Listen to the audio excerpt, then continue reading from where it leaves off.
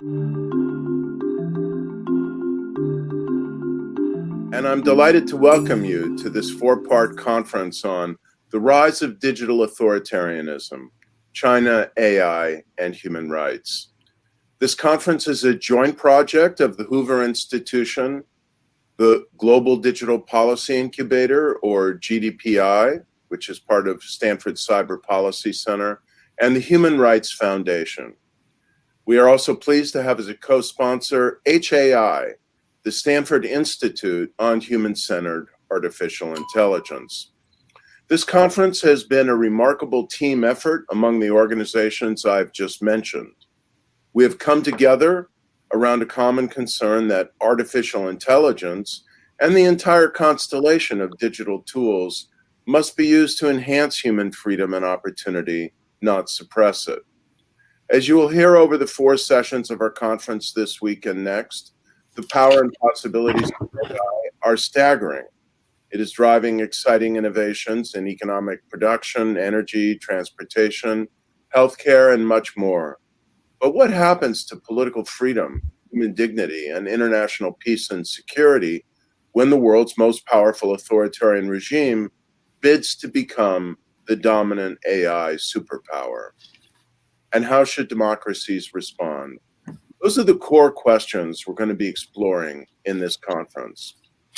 Following our opening remarks this morning, today's panel will examine one of the most alarming aspects of China's application of AI, the emergence of the most technologically sophisticated system of state surveillance in human history.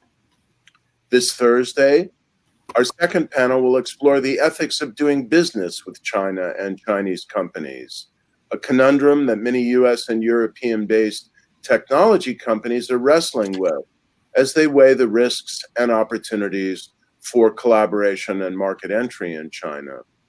Following this Thursday's panel, at 10 a.m. on Thursday, former executive chairman and CEO of Google and co-founder of Schmidt Futures, Eric Schmidt, will engage with my GDPI co-leader, Eileen Donahoe, in a wide-ranging dialogue on the issues of this conference. Next Tuesday morning, October 6th, our panelists will discuss China's rise as a global AI superpower, and we'll hear a keynote address from Mike Brown, director of the Defense Innovation Unit. We conclude on Friday morning, October 9th, by discussing how democracy should respond to China's emergence as an AI superpower. This fourth and final session will begin with keynote remarks from Taiwan's digital minister, Audrey Tang. Our panelists will then debate how democracies can respond to the challenge effectively and positively without doing more harm than good. Our conference will close that morning with remarks from HAI co-director Fei Li and a conversation between her and Eileen Donahoe. I want to introduce now Glenn Tiffert, Hoover Research Fellow and manager of our new Hoover project on China's global sharp power, and Jenny Wang, strategic advisor to the Human Rights Foundation. Glenn? Thank you, Larry. It's my pleasure to welcome you to this conference on behalf of the Hoover Institution's project on China's global sharp power, a new initiative focused on how the Chinese government is exerting its growing economic and political influence around the world to burrow into the soft tissues of other nations, particularly democracies. This conference falls squarely within the mission of our project by spotlighting one of the most significant domains in which the tools of China's dictatorship are overspilling its borders. And dictatorship is, in fact, the term that the Chinese government still uses to describe itself. Through AI, it is poised to shape the technical standards, values, and balance of military and economic power that will govern not just the lives of its own citizens, but also a great many others around the world, at a time when democracy and human rights are under extraordinary pressure. Over 4 sessions, we will grapple with the stakes and choices those ambitions pose, particularly to free societies and to those that yearn to be freer still. True, some of these challenges have analogs closer to home, but China presents them in a stark and sweeping form. The Chinese government has proven time and again that it cannot abide knowledge or people beyond its control, and AI gives it tools of unprecedented power to indulge its impulse to dominate both. If we are to make principled judgments about when to cooperate in, constrain, or resist China's growing capabilities in this critical sphere, then we must look beyond just the usual metrics of technological and geostrategic competition. We must also give thought to the kind of world we want to live in and what will be required to achieve it. This conference explores those parts of the conversation. And I would be remiss for those of you interested in Taiwan if I did not mention our upcoming conference beginning on October 12th on Taiwan and the Indo-Pacific region, which you can find more information about on hoover.org. I thank you for joining us, and I'm delighted now to introduce Jenny Wang, Strategic Advisor for the Human Rights Foundation. Thank you, Glenn. Hope everyone is doing well and staying healthy during these difficult times. My name is Jenny Wang, and I'm with the Human Rights Foundation, HRF. HRF is a nonprofit organization dedicated to protecting and promoting human rights in countries ruled by authoritarian regimes. We do a series of events around the world called the Oslo Freedom Forum, and you can learn more about us and our initiatives at hrf.org. On behalf of HRF, thank you all for joining us here today as we kick off this joint online conference event, The Rise of Digital Authoritarianism, China, AI, and Human Rights. We are so happy to organize this event in partnership with Stanford's Global Digital Policy Incubator, the Hoover Institute, and Stanford's Institute for Human-Centered AI. In the coming days, you will have the opportunity to engage in a series of world-class conversations hitting the nexus of human rights and the Chinese government's use of artificial intelligence. During the programming, please don't forget to ask questions via the link below.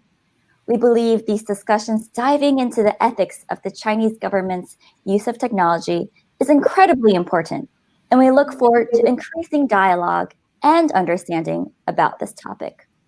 I will now hand it back to Larry Diamond, who will introduce Secretary Condoleezza Rice, the director of the Hoover Institution, for opening remarks. Thank you again. Thank you so much, Jenny, and thanks for the partnership with the Human Rights Foundation. It's always a great honor and really a deep personal pleasure for me to introduce the woman who is our opening speaker this morning, the director of the Hoover Institution and the Denning Professor of Global Business at the Graduate School of Business, Dr. Condoleezza Rice.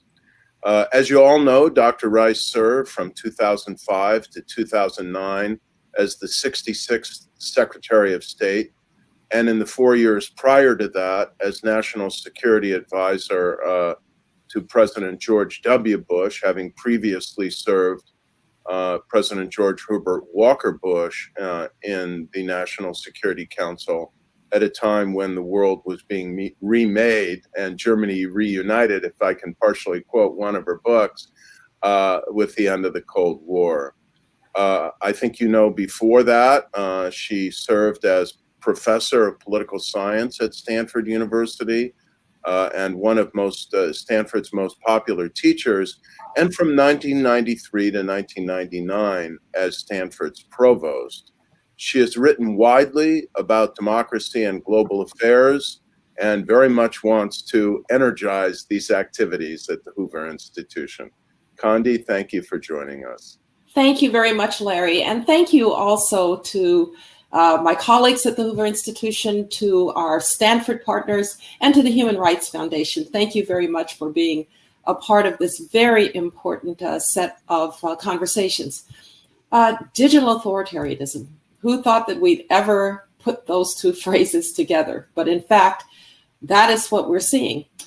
I come at this from a kind of interesting perspective. I was a specialist on what was called the Soviet Union. And one of the questions that I'm most often asked is, are we now in a new Cold War? Is there something to learn from the way that we dealt with the Soviet Union with this rising China? And I always say no. That was a very different set of interactions. It had a worldwide ideological cast, which we may still have, but don't yet have with China. It had a sense of military confrontation that was acute, with armies faced off across each other in Germany and across the world. and a nuclear overhang that every day seemed to threaten civilization. And yet, I'm going to say something to you. I think this challenge with China is not just different, but in many ways harder. Now, the Soviet Union never accounted for more than 1% of its GDP in international trade. It's completely isolated from the international economy. And though we thought of it as a military giant, it was actually a technological midget. And that meant that eventually we were able to defeat the Soviet Union on our values, of course, but also because its technological deficit eventually caught up with it. And it wasn't even able to sustain itself militarily against a revitalized American military under Ronald Reagan. Fast forward to China.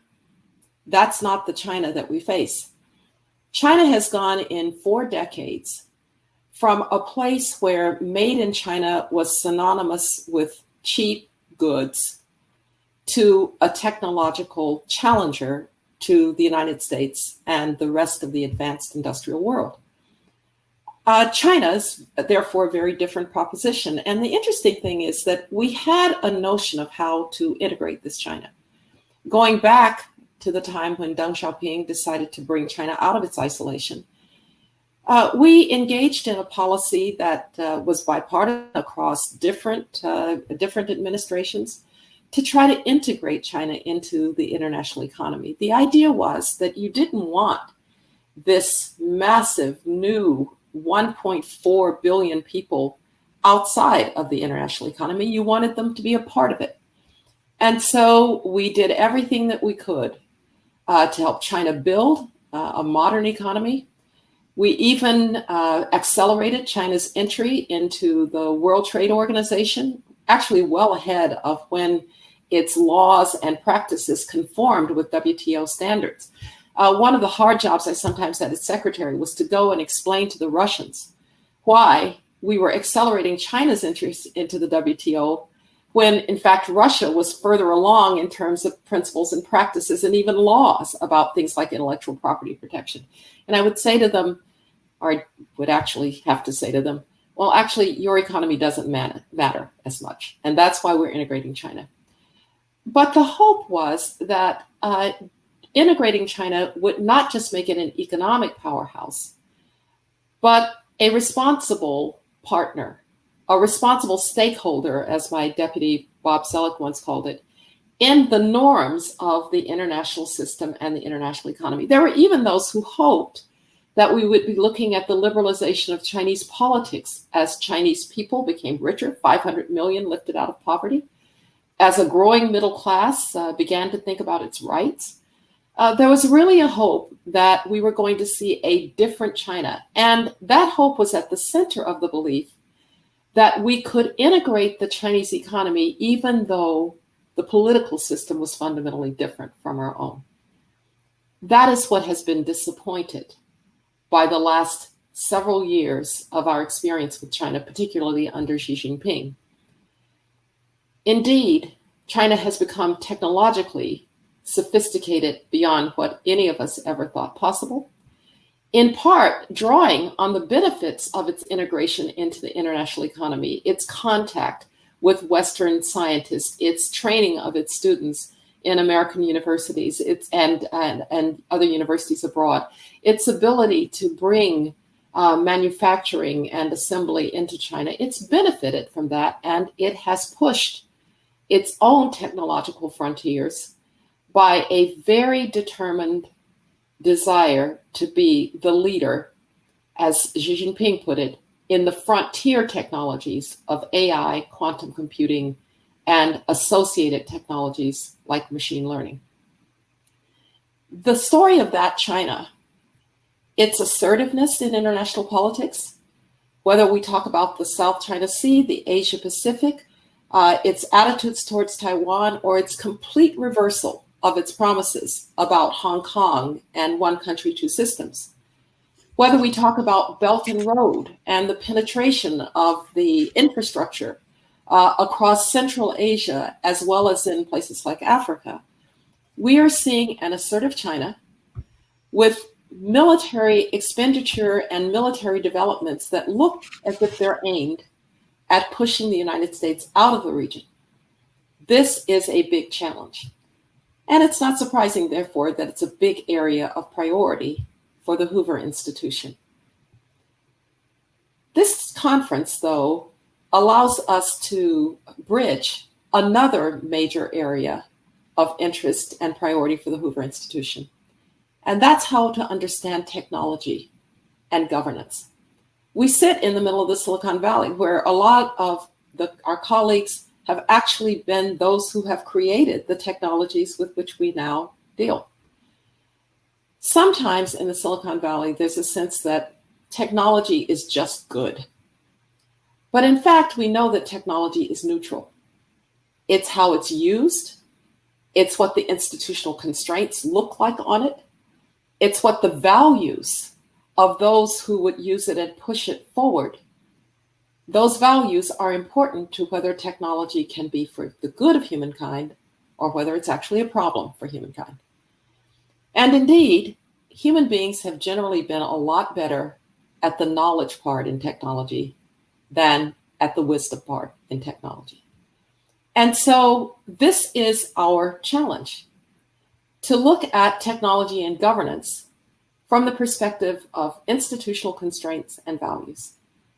And that's why the marriage of AI, this incredibly powerful technology, with authoritarianism and an assertive China is such a challenge, and why we really do have to understand what we're facing as well as react to it. AI and its sister, machine learning, in the hands of a democracy is certainly going to find institutional constraint. We're going to have those debates about what is ethical and what is not. Here at Stanford, the Human-Centered AI Project is trying to do exactly that. How do we think about issues like the inequalities that might be built into historical machine learning? How do we think about the ethics of privacy as data about medical records become available? How do we think about AI implications on contact tracing during a pandemic? We are going to debate the ethics of these issues because we are a democracy. And if the government doesn't want to debate it, then civil society is going to want to debate it, and the press is going to want to debate it. And so we will struggle with these issues. In doing so, I think we can take advantage of the promise of AI to help with curing disease by being able to use massive amounts of data to understand, maybe even to deal with the next pandemic. The possibilities are massive. But when AI and its sister machine learning are in the hands of authoritarians, that's a different set of values. There are few institutional constraints, and it's a very different proposition. It becomes a matter of the control of knowledge, something that every authoritarian craves. Control of the narrative, something that every authoritarian values. It gives citizens no place to hide in a kind of Orwellian surveillance system. That's for citizens. But if you're an ethnic minority, it's simply the brutal suppression that the Uyghurs, for instance, have experienced. And part of our problem is that the authoritarians are not content to just use this powerful technology for control at home. Rather, they seem intent on spreading this technology to other authoritarians, and the methods are indeed spreading. The kind of authoritarian model that people like Erdogan in Turkey crave, so that you take the highest technologies and you make them serve the state at the expense of the citizen. And of course, the military applications of AI that the Chinese are fully exploring and will fully use, and even the ability to interfere in democracies, their democratic processes, to stir trouble among disaffected populations. And so authoritarians with this technology have the possibility to dream big in ways that authoritarians of the past would have died for. This is therefore a very big challenge. They have some advantages. We know that the data that one can gather if you have no concerns about privacy will give them massive data, which is a real advantage in AI and machine learning. Democracies need to recognize that, of course, we have differences about privacy, but those differences pale in comparison to our differences with China. And so whether it is a matter of human rights, whether it is a matter of interference in our own societies, whether it is a matter of military applications, we need to have a concerted effort on behalf of free peoples to make sure that the digital authoritarians don't win. They can't win the race for this technology because whoever wins this race is going to have a leg up on shaping the international system going forward in major ways. I'll bet on free peoples. I'll bet on our openness. I'll bet on our ability to innovate from below. I will bet on our public-private partnerships. I'm confident in us. I want us to be ever attentive to our values. I don't want us to try to out-China China. But I also want us to recognize that we're in a race here, a race that I think has huge implications for the future of humankind, who I still believe want to live in freedom. Thank you very much, and I very much look forward to the outputs of these conversations that will go forward.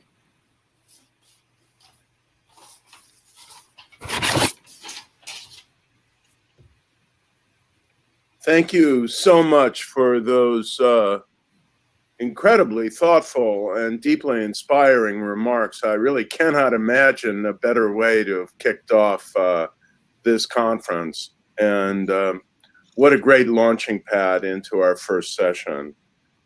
Before I introduce our moderator for the next hour, I would like to thank the Hoover Institution staff who've done such a fearless and efficient job of producing this conference, particularly Betsy Phillips and Mike Wang. Now it's my pleasure to introduce our moderator for the first session today, the panel discussion today. Melissa Chan is an independent journalist with the Global Reporting Center with wide experience in China, formerly based in China. So Melissa, over to you. Welcome everyone to the panel, and our title is How AI is Powering China's Domestic Surveillance State, and we have a fantastic group of panelists to discuss this. I'm going to start with some introductions to each and every one of you.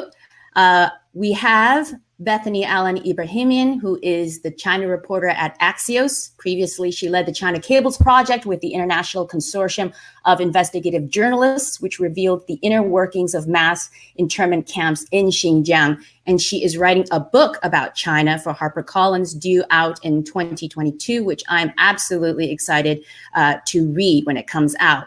We also have Paul Mozur, who is Asia Technology Correspondent at the New York Times. He's based in Taipei these days, and he was unfortunately one of the journalists recently kicked out of China.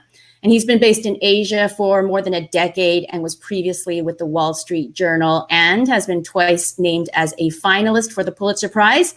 And I also had the pleasure of working with him on a New York Times project looking at the export of video surveillance technology to Ecuador and looking at China's involvement in different developing countries. We also have Xiao Qiang, who is the founder and editor-in-chief of China Digital Times, which is a resource I highly recommend and which I, along with many other current and former China correspondents, have used over the years. And he is also associated with the School of Information at the University of California, Berkeley. And we have Glenn Tiffert, who spoke earlier. If you missed a little bit of what he said, he is a research fellow at Stanford's Hoover Institution, where he manages the Hoover projects on China's global sharp power. And he also studies Taiwan. He studies authoritarian interference and serves on the executive committee of the Academic Security and Counter-Exploitation Program, which aims to heighten security awareness in academia. You already know who I am. Just a little bit more. I was a journalist formerly based in China at a time when Google was still China's #1 search engine, which I remember. And I also remember the moment when Google was blocked. And all of that feels pretty quaint these days compared to what we're seeing happening in China today. So you can join this conversation. Once again, a reminder, you can submit your questions and you can upvote questions that others have posted that you think are important, and we'll try to get to as many as possible. And I'll be checking throughout to look for those questions. So each and every one of the panelists are going to deliver some introductory remarks. And I think we had a little internal discussion, and it'd be great to have Xiao start if he's ready. Thank you, Melissa. And this is a wonderful opportunity for all of us to pause and think about how AI is powering China's domestic surveillance state. I'm going to start from what happened since Xi Jinping come to power. And I'm going to but I'm just going to pass all the data, the details, just to say that from 2013 until now, Xi Jinping's regime became so strong that pervasive censorship, gaining almost full control of online political discourse, and made online monitoring and surveillance endemic. Something I didn't know that Chinese government can do. But there's something else happened in the past few years Xi Jinping encountered, which is the growth of the big data, 5G, AI, cloud computing, and China's digital economy. In 2019, China's digital economy has valued added 35 trillion yuan, accounting for 36% of China's GDP. That's a lot. And the top powerful private companies are shaping realities, like Google, Amazon, Apple, Facebook, and 3 out of 7 are Chinese too, Tencent, Baidu, Alibaba. So Xi Jinping's leadership has enthusiastically embraced the AI technology, right? It is born in free societies, but now particularly thrived in the authoritarian states like China. Why? Because big data is new oil. The oil plus data plus AI is new form of ruling power. And artificial intelligence offers the possibility of centralized analysis of huge quantities of data, allowing the recognition of patterns and deviations and systems of centralized regulation, all without active human participation by a state apparatus, and big corporation can do that. So it is a perfect instrument in the hands of Communist Party. But think about the data, right? We can think about all the transaction data, ERP, electronic commerce. We can think of all the interactive data, WeChat, Weibo, instant messengers. We can think of all the transitional data like GPS, RFID. Particularly, we have to think about all the government data in China. The government has the most complete core data of the industries, the business, the taxes, your electricity bills, your social security, everything. And the big data enables prediction of human responses and the future. Therefore, it can be manipulated accordingly. And the big data and AI generate knowledge that enabling the ruling power. So that is what we are facing, right? AI enabling control, surveillance, manipulation with ease and scale that we have never seen before. So by this, the Chinese government is creating a 360-degree view of the entire population, every one of them. Well, if you are offline, you're not digital connected, well, you don't even count. But when you're walking on the street, the cameras with facial recognition capacity still focusing on you. There's a project called Skynet, there's a project called Sharp Eyes, right? So by the time in a few years, China has nearly 300 million cameras. So every Chinese citizen has 2 cameras focusing on them. And facial recognition as a powerful AI technology is now in the hand of authoritarian rulers, and it is being used to combine those camera data. I haven't even talked about the COVID-19, the health code that Chinese citizens in a cell phone app installs health code, which is a QR code, very effectively helps the Chinese government to put the pandemic under control. It's very instrumental. But there's also a fear that this health code collects so much private information of each Chinese citizens, now stay on their cell phones, and similar code becoming something else. Chinese government calls social service, social governance. And there's some city like Suzhou in September 6th putting out something called civility code, which is now trying to track citizens, their bad deeds, running red lights, doing volunteer work, allow privileges accordingly. I mean, under the Chinese population's outcry on this particular civility code, it's offline now. But the tendency is still there in many, many government parts. I'm going to spend a few minutes talk about China's social credit system, because that's essential for us to understand the logic of this digital reality, not only in China, entire world, in this society, right? In America, in Europe, in many places we're facing. But in China, as my previous speaker, Professor Condoleezza, saying that this is different in the hands of authoritarian regime. And social credit system is that, right? It's a coordinated administrative system which feeds the data from different government sources, has the ability to sanction and publicly shame individuals. Then, in the new decade, it may bring further advancement of system through the enhanced technology integration of data.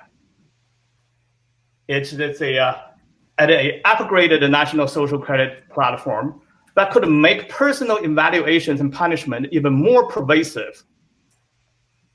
Such a system could additionally encourage individuals to model their behavior along the lines and conduct prescribed by the Chinese Communist Party. And there's a new word emerging that in the Chinese sort of think tank political policy document, it's called digital persona, 素质人格, 数字人格, right? Digital persona. Digital persona profiles generate digital model of an image from the credit data of a citizen. It's not your physical persona, but it's form the base of algorithmic ratings. So in the Chinese government own word, the social credit system aims to use big data, data analysis, artificial intelligence, and machine learning to develop a data-driven, comprehensive governing structure around algorithms to generate real-time rewards and punishment for legal, economic, social, and other behaviors. And this is a new trend of algorithmic governance. Wow. China's current situation is not there yet, but the vision is clear. Well, let's think about it. In even our own life, right? The social media, the credit bureaus, the pharmacies, the courthouses, shopping websites, how many data we have a digital trace in the hands of the companies.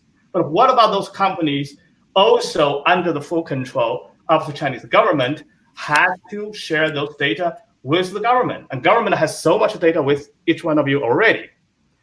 This is an incredible form of potentiality for everyone, but it's also who control it, control your fate, control your chance of life chances, and it's a new form of ruling power.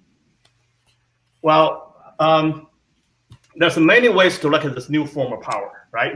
Think of your social credit score. It has a dimension of your health, has a dimension of your social media, social networks, has a dimension of your financial transactions. It could have a dimension of many, many other things, like your travel and everything else, mobility. They are all embodied, right? As a philosopher will say, it's all about you.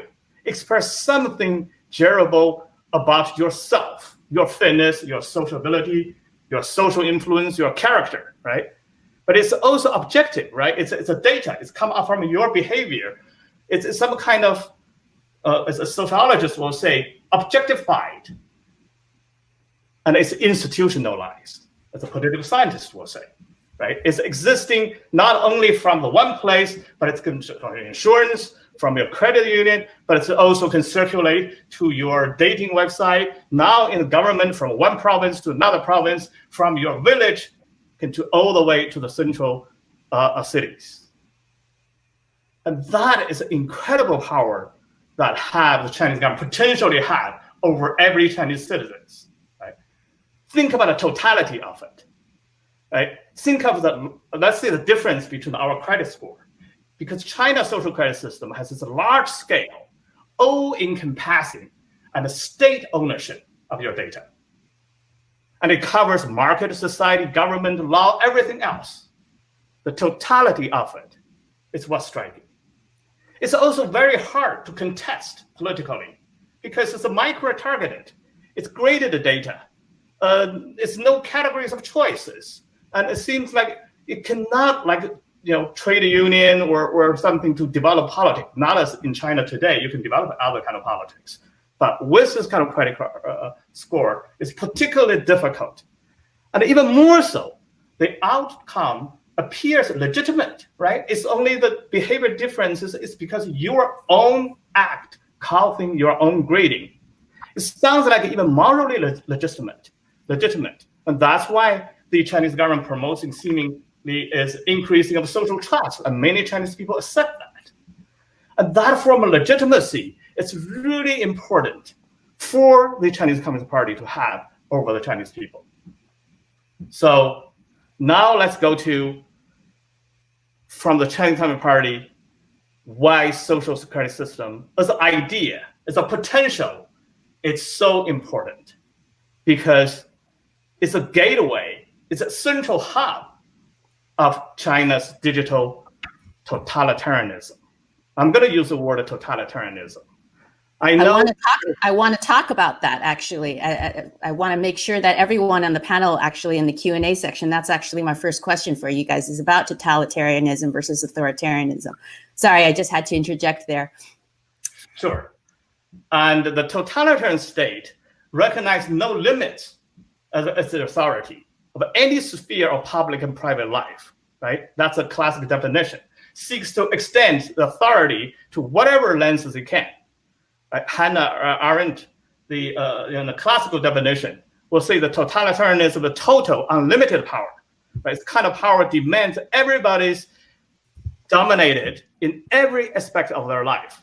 But I just described our digital trace today, so-called digital persona, is reflecting every aspect of our life, our personal behaviors, our social interactions, our financial transactions record, everything. And if an authoritarian government get a hold of those data, and not only can use to control you, but can motivate you, can nudge your behavior, and can punish you, well, that is the totality of a totalitarianism, right?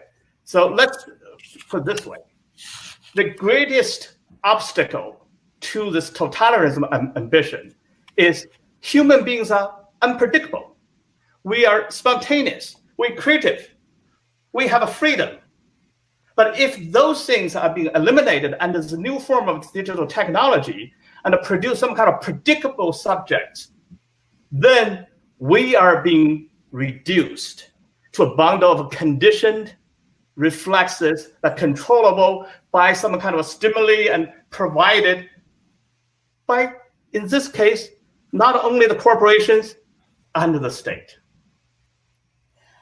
And prediction to power. If we're able to predict the future, we're able to influence and change it. And that power now is in the Chinese government. I'm going to say two words, and then I'm going to stop here. One is another word. It's going to be in the Chinese foreign policy document. It's not there yet, but let's watch. It's called 算法行政, algorithmic governance, aiming to guide, influence people's behavior, identify, classify, sort, and control. That's in some Chinese policy researchers' own words. In their own words, it's called scientific means of naturalizing social members. And that's digital engineering. That's digital totalitarianism. If you combine that with Xi Jinping's China dream, which is the individual well-being, it's also depend on the state greatness. And the state greatness is the rejuvenation of the Chinese civilization over the world. Well, that China's dream is Chinese people's nightmare, and it's a nightmare of all the freedom-loving people in the world. So while the AI makes the authoritarian regimes stronger, because it's possible to process enormous amount of information centrally, and it makes a centralized system far more efficient than diffuse systems, because machine learning works better than the machines has more information to analyze. Well, now, the main handicap of the authoritarian regime in the 21st century, and in the 20th century, last century, the desire to concentrate all information and power in one place now become a decisive advantage in the 21st century. So let me just end to say, all freedom-loving societies must counter the global advance of Chinese digital totalitarianism. And I'm looking forward to my co-panelists. Thank you. Thank you so much, Xiao. And you spoke in big general terms, which is why I actually want to go to Bethany next, because you're going to take it down to a more specific level in terms of how this actually works. Yes, thank you, Melissa. Can you hear me? Yes, great, okay. So today I'm going to talk about something called IJOP. It's the Integrated Joint Operations Platform. IJOP is a massive data collection and analysis system that is used by public security bureaus in Xinjiang to select residents for investigation and detention. It's a tool that Chinese authorities have constructed to assist them in their campaign of mass detention, high-tech surveillance, and cultural genocide against ethnic minorities in Xinjiang. IJOP is, at least aspirationally, a pre-crime platform that facilitates what I have called arrest by algorithm. Chinese government personnel collect vast amounts of personal information on citizens from a range of sources and feed this data into IJOP, which then formulates lengthy lists of so-called suspicious persons based on this data. IJOP functions both as a basic database that you can put new information into and that you can make queries of, and as a kind of automatic alert system that flags people based on certain criteria. IJOP connects to an app on the phones of public security officers. Police can use this app to run background checks and to communicate with IJOP in real time. According to a report by Human Rights Watch, the sources for some of the data that has been put into IJOP include Xinjiang's checkpoints, it's many checkpoints, closed circuit cameras with facial recognition, spyware that the police require some Uyghurs to install in their phones, Wi-Fi sniffers that collect identifying information of smartphones and computers, and even package deliveries. Human Rights Watch obtained a copy of the IJOP mobile app and reverse engineered it to learn how it is used by police and what data it collects. The group found that the app prompts police officers to enter detailed information about everyone they interrogate: height, blood type, license plate, education level, profession, recent travel, household electric meter readings, and much more. Now, to be clear, we have a somewhat limited amount of information about how this app is actually used. These are potential capabilities in the app that were discovered through reverse engineering. Human Rights Watch did speak with, interview some people who had witnessed the app being used. But just because these are potential things, potential capabilities it has, or potential features it has, doesn't necessarily mean that they are being used or that they are very functional. I previously led a project, as Melissa mentioned, at the International Consortium of Investigative Journalists. We obtained several classified Chinese government documents that revealed some of the daily behind-the-scenes operations of IJOP.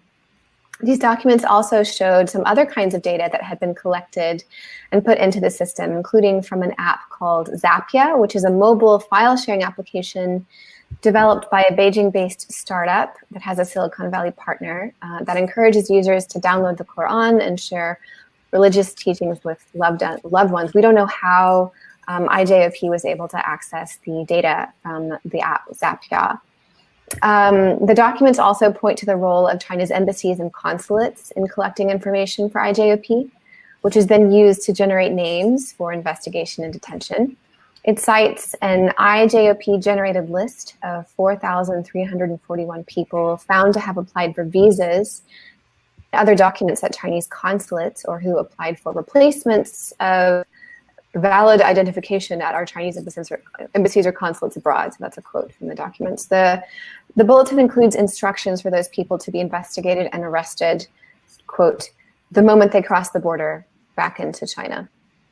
So some of this is clearly analog. It's not, this is just where the data is coming from, not necessarily, all of it something that you would need an AI capability to deal with. Police officers receive push notifications with people's names who have been flagged for investigation. And this is the people whose names are flagged. They're called 推送人员, which I thought was an incredibly Orwellian just phrase, push notification people. These are people who end up in detention camps.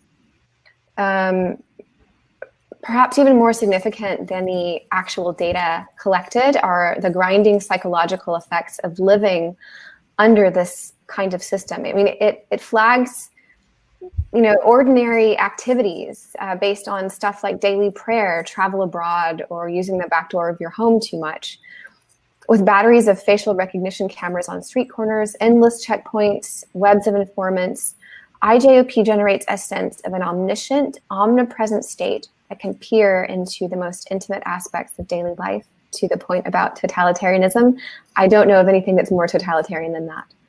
As neighbors disappear based on the workings of unknown algorithms, Xinjiang lives in a perpetual state of terror. The seeming randomness of investigations resulting from IJOP isn't a bug, but a feature.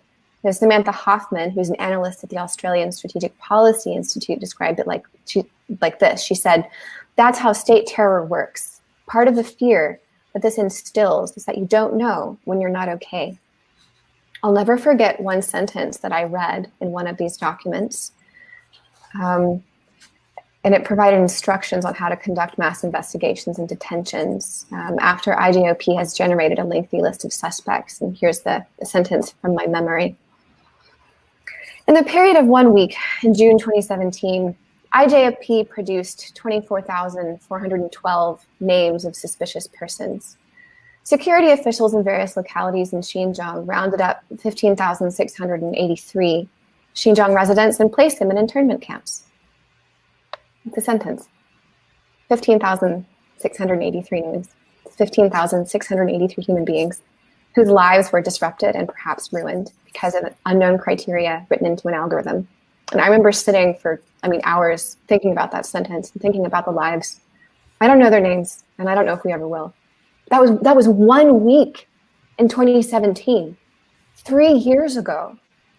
Has this been happening every week? And the rest of that document it was about a page and a half, was dedicated not to this discussion of like finding out if they'd actually done something wrong, but to why they had not been able to detain the other 8,000 names, the other 8,000 people, because the list produced was 24,412 names. And they were like, why didn't we get more of them? That's what this was. There's a lot we don't yet know about IJOP. The information we have is based on leaked, classified Chinese government documents and from open source information gleaned from local Chinese government websites and other sources around 2018 and some interviews from that time. The Chinese government has become a lot more careful about what it posts online, and it's harder than ever for foreign correspondents to report from Xinjiang. As of 2018, the platform seemed to be using pretty basic algorithms to sort through the data. Its use of artificial intelligence is, at best, aspirational. It's a blunt instrument. But IJOP clearly fits within the Chinese government's goals to use mass data collection as part of its policing and governance model, which requires the development of artificial intelligence to effectively analyze and draw conclusions from mass data. And just one more point I want to add, it is not that the Chinese government is pioneering this type of program. There's one active right now in Florida.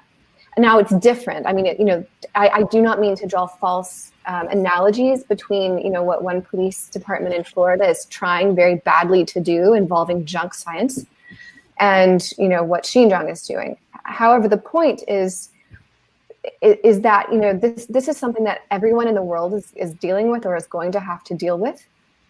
But the Chinese government, because of the nature of the regime and the inability of citizens to push back, can go faster and take it further with greater harm to humanity than most other governments can. That echoes what Secretary Rice was saying about the difference, is that there can be a conversation to be had in democracies that authoritarian states do not have. Bethany gave us a specific example. Xiao sort of set things up. Glenn, give us some context and take us forward. Thank you, Melissa. Thank you, Bethany and Xiao. By most accounts, the Chinese government has the most sophisticated apparatus of censorship and surveillance on the planet, and AI figures prominently in that. Most discussions of that censorship focus on its application to discrete contemporary events, especially as reflected in social media. But the Chinese government's goals are in fact far more ambitious. If I can be metaphorical for a moment, it is in a constant battle against nature, obsessively plucking weeds and eradicating pests to cultivate its own perfect garden. And we on the outside tend to focus on what or who has been silenced or erased in that effort. But the flip side deserves equal attention, because very often something deliberate is simultaneously being amplified or built. To illustrate what I mean, let me start with an analog example from popular culture. We know that the character of Mulan is Han Chinese, at least the film version is, but it is surely one of history's cruel ironies that the earliest known version of her story characterizes her and the regime that she fought for as belonging to a people descended from the steppes of Central Asia. Try to make that movie in present-day China and see how far you get. Such a movie would sabotage Xi Jinping's Han-centric policies of ethnic assimilation, his deracinated notion of what it means to be Chinese, and his sense of where the historic boundaries of China actually lay. But he need not face that challenge because the story of Mulan was cynicized centuries ago. So long ago, in fact, that most have forgotten who she might have been, to the point that the story has most recently been flipped into a modish epic of Han nationalist triumph over evil barbarians at the gates. And for Xi's China, that is useful. Problem solved. The more that we dig into China's past, the more that we discover such inversions. Official dynastic histories depict a well-ordered society governed by Confucian morality. Why? Because that image of harmony served the ideological and political interests of the imperial state and its elites. Until quite recently, historians had accepted that as conventional wisdom. Then scholars gained access to Chinese archives where we discovered a routine paperwork generated by the imperial state, another reality altogether. A litigious world rife with conflicts and transgressive and licentious behaviors that would make a sailor blush. The survival of those records and our access to them a century or more later exploded the myth. Now, of course, all nations have myths that mask unpleasant truths, and the United States is certainly no exception to that rule. But in China, you get whiplash trying to keep up, and technology is transforming the game. About 20 years ago, liberal Chinese legal scholars rediscovered a brilliant jurist from the middle of the 20th century, a 1935 graduate of Harvard Law School named Yang Jiaolong. For them, he was a homegrown hero and an inspiration because he belied the Communist Party's canard that rule of law, as you and I understand it, has no roots in China.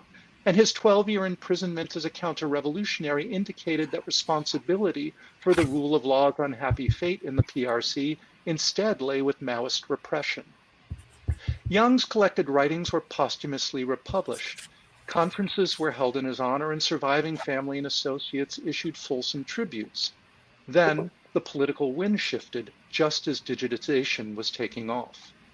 Digitization is a game changer in this regard because censors no longer need to sift through mountains of paper physically dispersed across countless libraries and collections to reinvent historical narratives. Libraries are voluntarily trading the analog volumes in their stacks for convenient digital facsimiles delivered from distant servers along centralized distribution chains.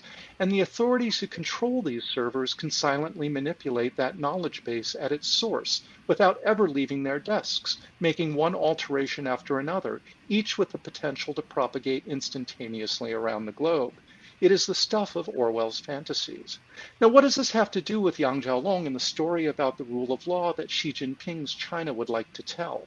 If you had access to original paper copies of the right Chinese publications from the late 1950s, then you would know that Yang was a key player in a fierce battle over the future of China's legal system and the extent of direct party control over it. Should it follow the professionalizing technocratic trends that emergent in post-Stalinist Russia, or embrace the revolutionary spasms exemplified by the Cultural Revolution? If you can get to the paper, you will find a rich documentary record of the party in that period denouncing as abominations the rule of law and all of the institutions and bodies of knowledge that we associate with it. However, that poses an awkward problem today for a Chinese Communist Party that has since codified an idiosyncratic reference to the rule of law in China's constitution. Other governments might say, oops, we made a mistake and we fixed it. But in China, the party can never be wrong about something so fundamental. And so it has made the awkward bits, the discordant notes, disappear. And they have done that. Log into the online platforms hosted in China that carry these primary sources, and you would never know that the party deliberately crushed an alternative to the murderous path that China ultimately took, or that the publications in question had ever existed, because sanitized digital versions of them are the only copies that most scholars around the world have access to now. And in that sense, these platforms are helping the party to globalize its lies. All that remains are the fragmentary bits that today's China can assemble into a legitimating backstory. You won't find much in the archives anymore either, because many of the relevant paper sources that were accessible a decade ago have been withdrawn. Now, I've used machine learning to reverse engineer the censorship model that they're using, and at least in this domain, I can replicate their results very reliably. This isn't crude keyword searching. They know exactly what they're doing, making smart choices with a fairly fine degree of discrimination. It's not unlike what they're doing in the domain of social media. There are other examples I could cite, but you get the point, and the march of time will only intensify this trend.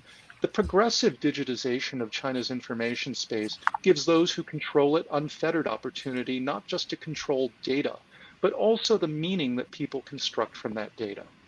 Just this year, we've seen how that can unfold in real time. Eventually, COVID-19 and the suffering it has caused will fade into the past, but the Chinese government's efforts to control the narrative about the pandemic will linger in the source space and memorialize a very selective version of events for posterity. As recollections fade, those sanitized and falsified fragments will mature into the myths that inform how people understand their present and imagine their futures. Lenin famously remarked that communism is Soviet power plus electrification. For Xi, the key is informatization. He is counting on it to continually refresh the foundations of his rule. Reduced to endlessly pliable bit streams, China's century of humiliation, the Tiananmen massacre, the Cultural Revolution, the Great Leap Forward, and the tragic death earlier this year of Wuhan Dr. Li Wenliang are all clay to reshape according to the mercurial requirements of the moment. And the growing reliance of outside observers to data products hosted in China means that we too are increasingly subject to those whims. AI is helping the party to dynamically corrupt our information space and the knowledge we derive from it, especially as pertains to China, with unprecedented ease and at unprecedented scale.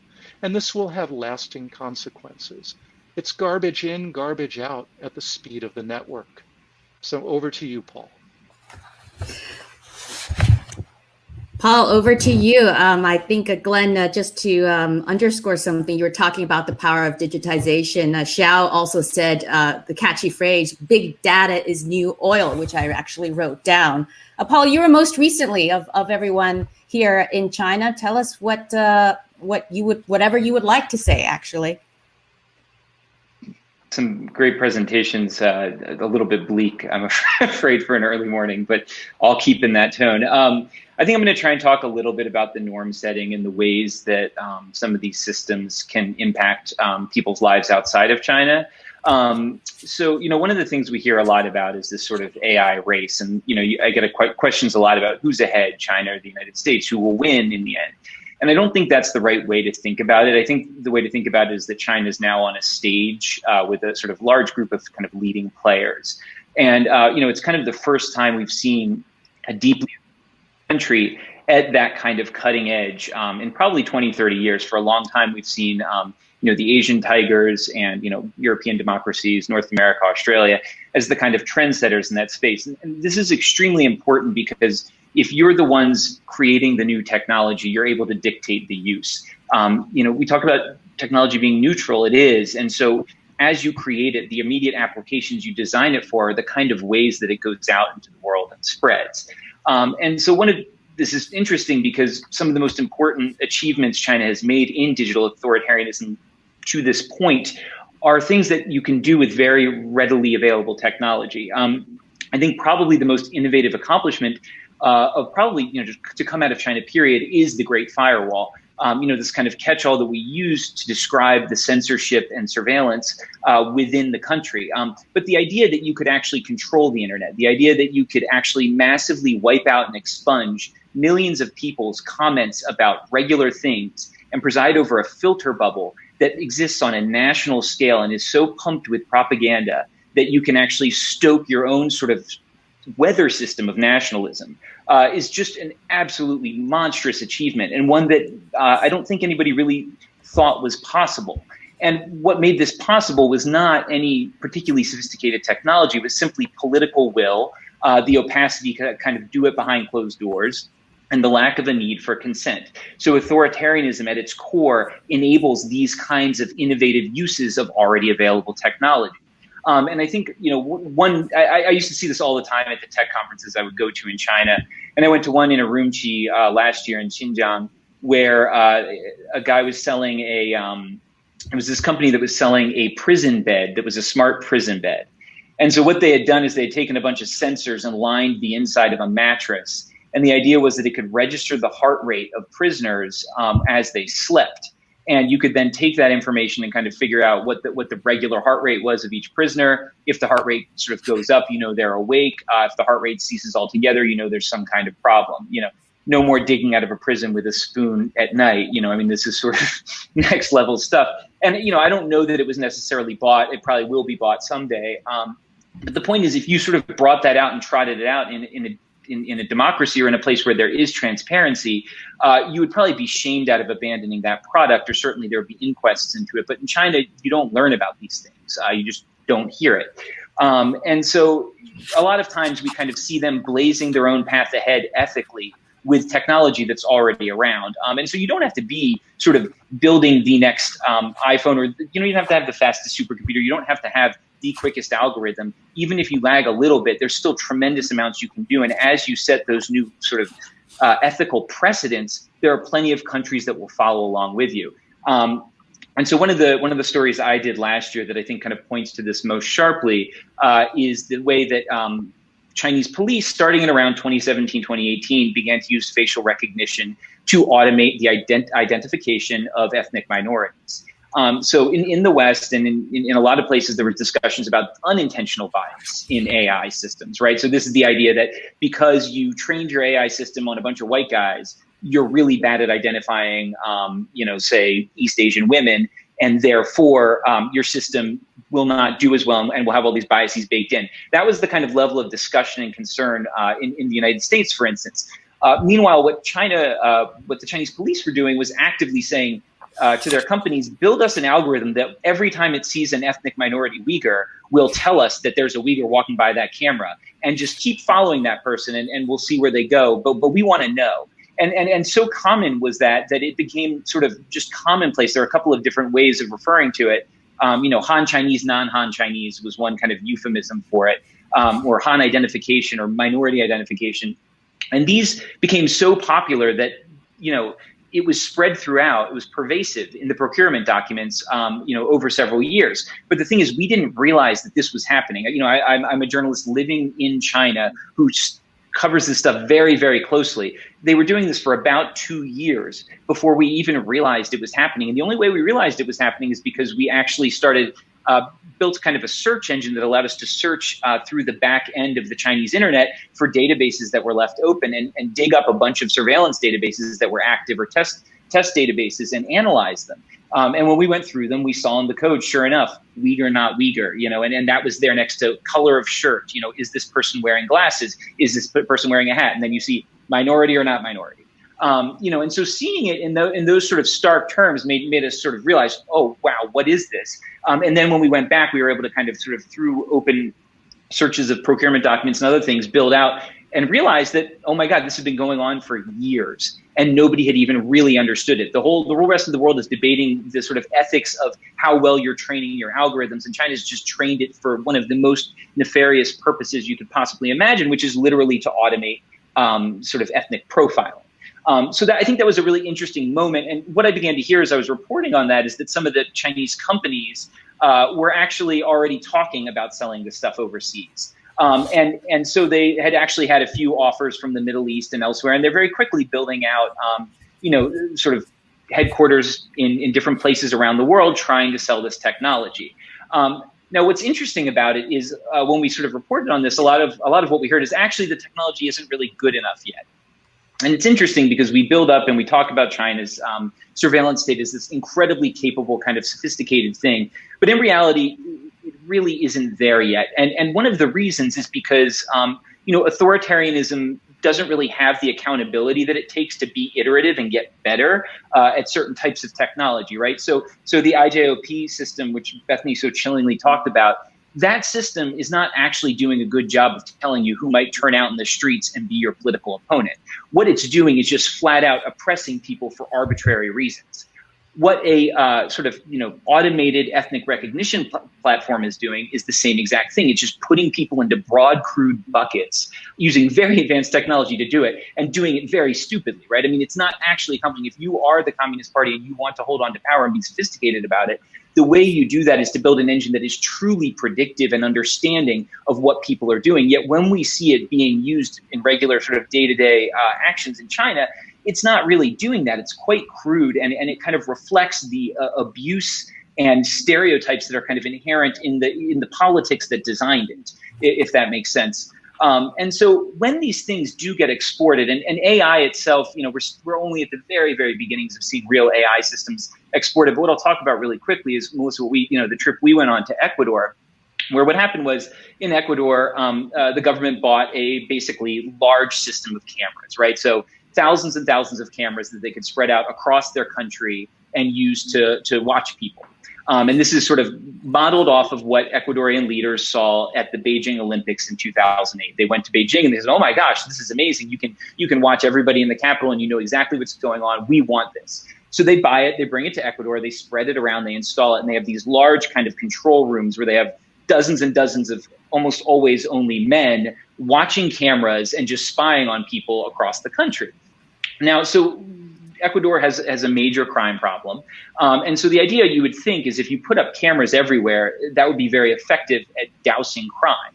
But in reality, because this was a system designed for surveillance and designed for the sort of autocratic ends within China, that's not actually why it was made. And a lot of times Chinese leaders will talk about sort of ending crime with these surveillance systems.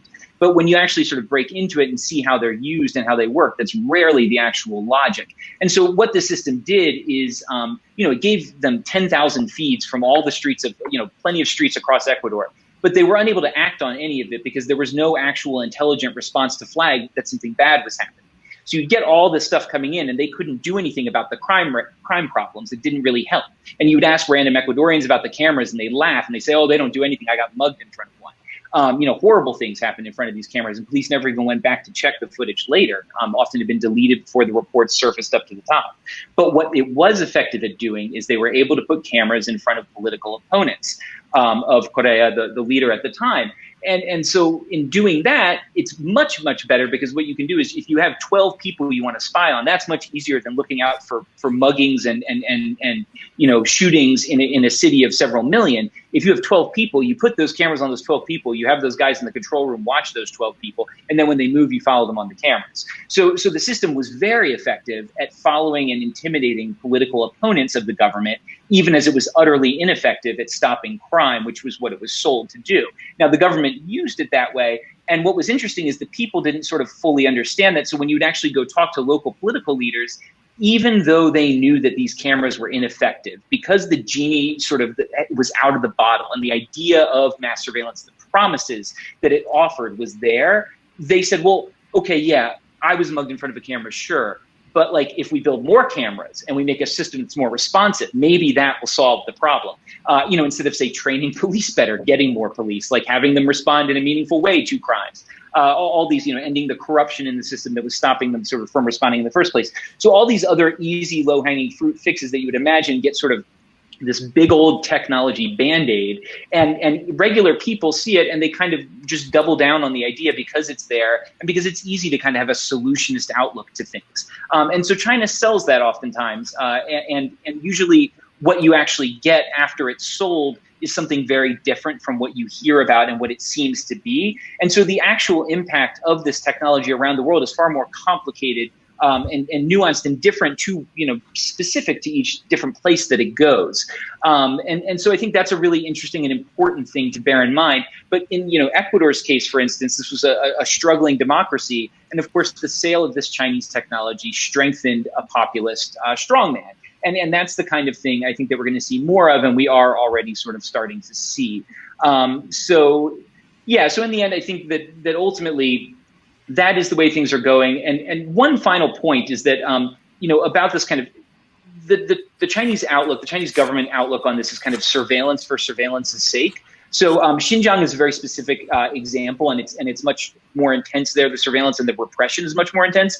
But in other parts of China where they have to deal with a richer elite who will react negatively to too many cameras or too forceful, an intervention in people's day-to-day lives, we see kind of a quieter buildup of capabilities, but not necessarily those capabilities being used in any way. So what we see is surveillance for surveillance's sake, more cameras and more feeds than you could possibly know what to do with, more data than you know what to do with, and no real logic for what you will do with it in the end, just kind of this hope in the long run that there will be a way to use it. And that's sort of where China is at the moment. I almost think of it as like a moonshot or a boondoggle of data collection, because they're gathering all this data, but they don't really know necessarily what to do with it. And I'm not sure they even have the capabilities to fully analyze it or use it. Oftentimes it's not very well labeled, other issues like that. So that's to say that while they're doing all this and building up all these products, they're creating these things that there's no demand for. Nobody in the world wants, 20 cameras on each block of their street,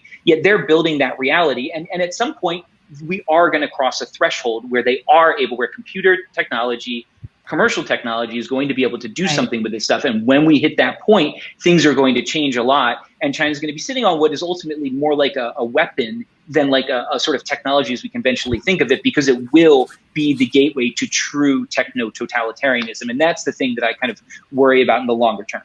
Well, that's fantastic. You end on your last sentence with totalitarianism. I've been looking at the questions. There are some fantastic questions from people who are tuning in. So I want to actually go to them. I originally had the idea of having moderators privileged to ask a question that you guys could discuss, but I'm just going to say that the question was to think what you guys thought about whether, Glenn and Glenn especially was talking about reframing and the way we think about things. To what extent is the very title of this conference, The Rise of Digital Authoritarianism, inappropriate when we are talking about China, when you have had, like, so many of you guys in the last hour mention the word totalitarianism instead? And I'm reminded of Tang Biao, the Chinese legal scholar who is now in exile in the United States, where he's made the argument that it should be totalitarianism and not authoritarianism as the term that we use when we talk about China. Precisely the distinction he made was that of the pervasiveness of the invasion and intrusion into people's private lives, right? So that's something that I think instead of asking you guys a question, maybe just think about that duality and maybe at the end, perhaps as a final ender, you guys can weigh in on where you feel is headed or where it is. But I'm actually going to go straight to the questions because they were so fantastic. And I want to actually start with an interesting one, which is who is the People's Republic of China's most valuable ally when it comes to building out its AI? Which I think is a very interesting question. And, let's try to keep it conversational. We have about 45 minutes. Not everyone has to answer every question. So whoever wants to just dive in and weigh in on this question. I mean, does China even have an ally in AI? Or maybe it doesn't. Paul, I see you. Oh, you're on mute now. Oh, I am? Now you are not on mute. You're good. You're good.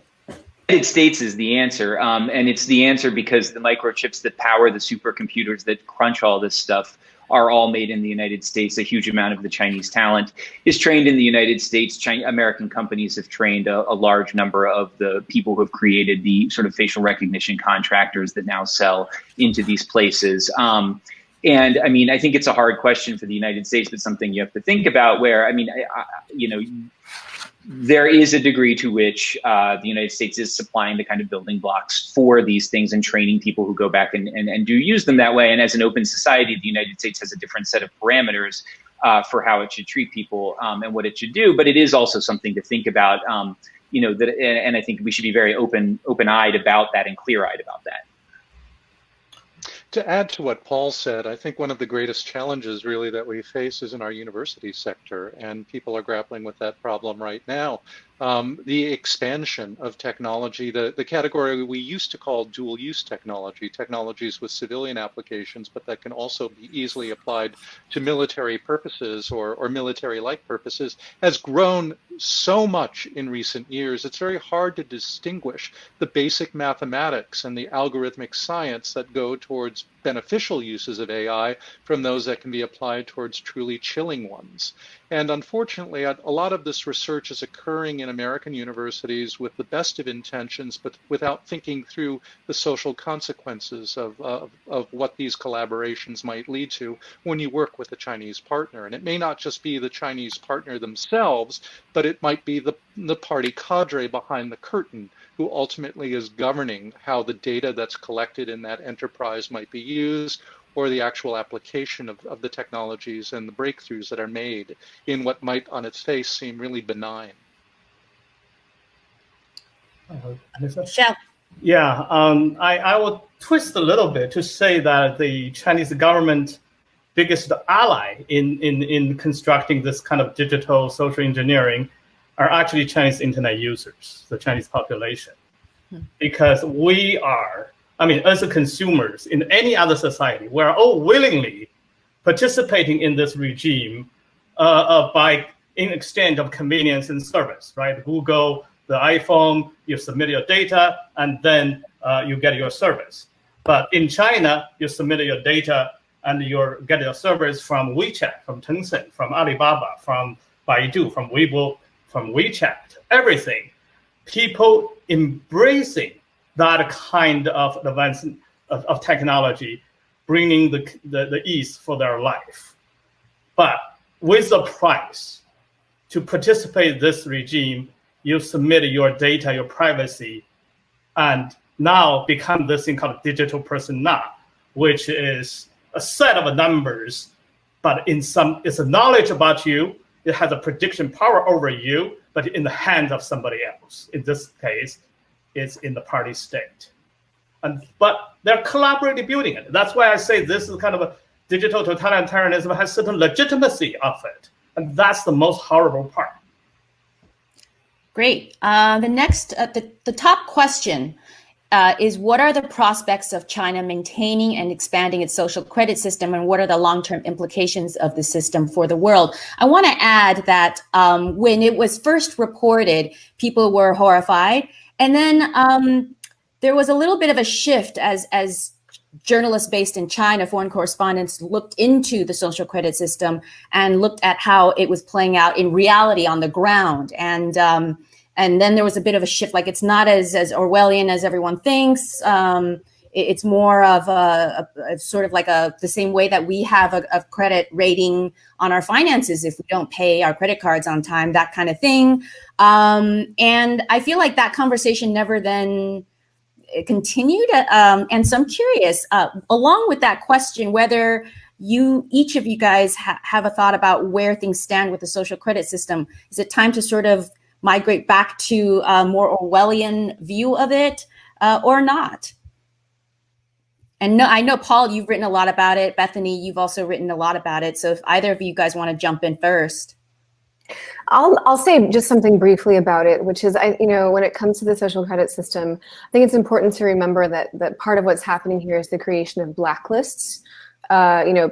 People who can't buy, plane tickets, or they can't do this, or they can't do that, or, and this is, I think, kind of a little bit perhaps immediately separate from the conversation about AI, at least for now. I mean, that's a sort of a way of control that the Chinese government has shown a lot of interest in, and I think that's something that we're seeing a little bit more often now, that used abroad as well.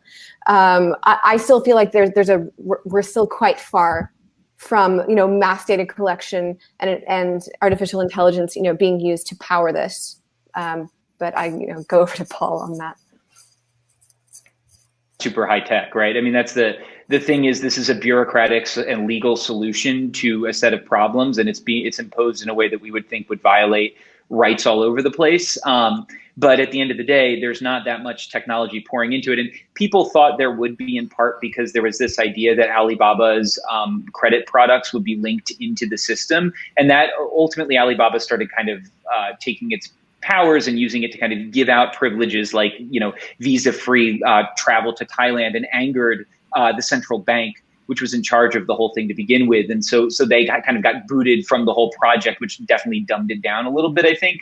But I talked to somebody in the NDRC at a local province one time, and he said the extent of the social credit efforts for them was literally calling up local sort of officials around the province and asking them for data on people, and getting back spreadsheets that were completely disorganized, random Excel sheets with like rows, completely non-standardized, and then having 6 people in a room go through and try to like actually order them. And then 3/4 of the time when they'd call the officials would do what they do to journalists, which is say, "Who are you? Oh yeah, let me call you back in a little bit," and then never pick up your phone call again. So, I mean, there is that side of it as well. So.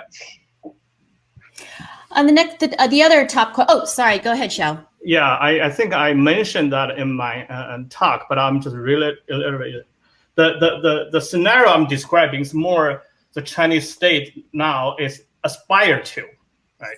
But the China's social credit system has a potential, and it's already had a characteristic of large scale, all encompassing data and state ownership. Well, I did mention the data is new oil, but so in the many Chinese research newspapers, policy newspapers saying, well, if it's a strategic resource as the oil, then the data should be in the state hand. That should be owned by the state. But in China, it should be owned by the party state, by the authoritarian state. I also want to say a word about what Paul mentioned. Oh, the Chinese technology right now is not that great. They're crude. They're not so sophisticated. Yes, but also they are effective. You don't need to be precise. You can make a lot of mistakes that also have a chilling effect over the people. Think of the people only just need to know the idea of their data being collected, or they are potentially being watched. Then they will watch themselves. They'll behave themselves. That's what the state wants. And that is the technology can achieve and achieving now. Yes, go ahead, Glenn. I wonder if I can add, I think sometimes we're looking for it in the wrong places too. The social credit system is a particular set of initiatives that have largely civil purposes, but we know from the application of analogous technologies in Xinjiang that much, much more actually is being done. And this is really a parallel system. It is the social credit system that's sort of under the rug. Where they are measuring, does this person go to mosque? Does this person drink alcohol? Does this person wear a beard?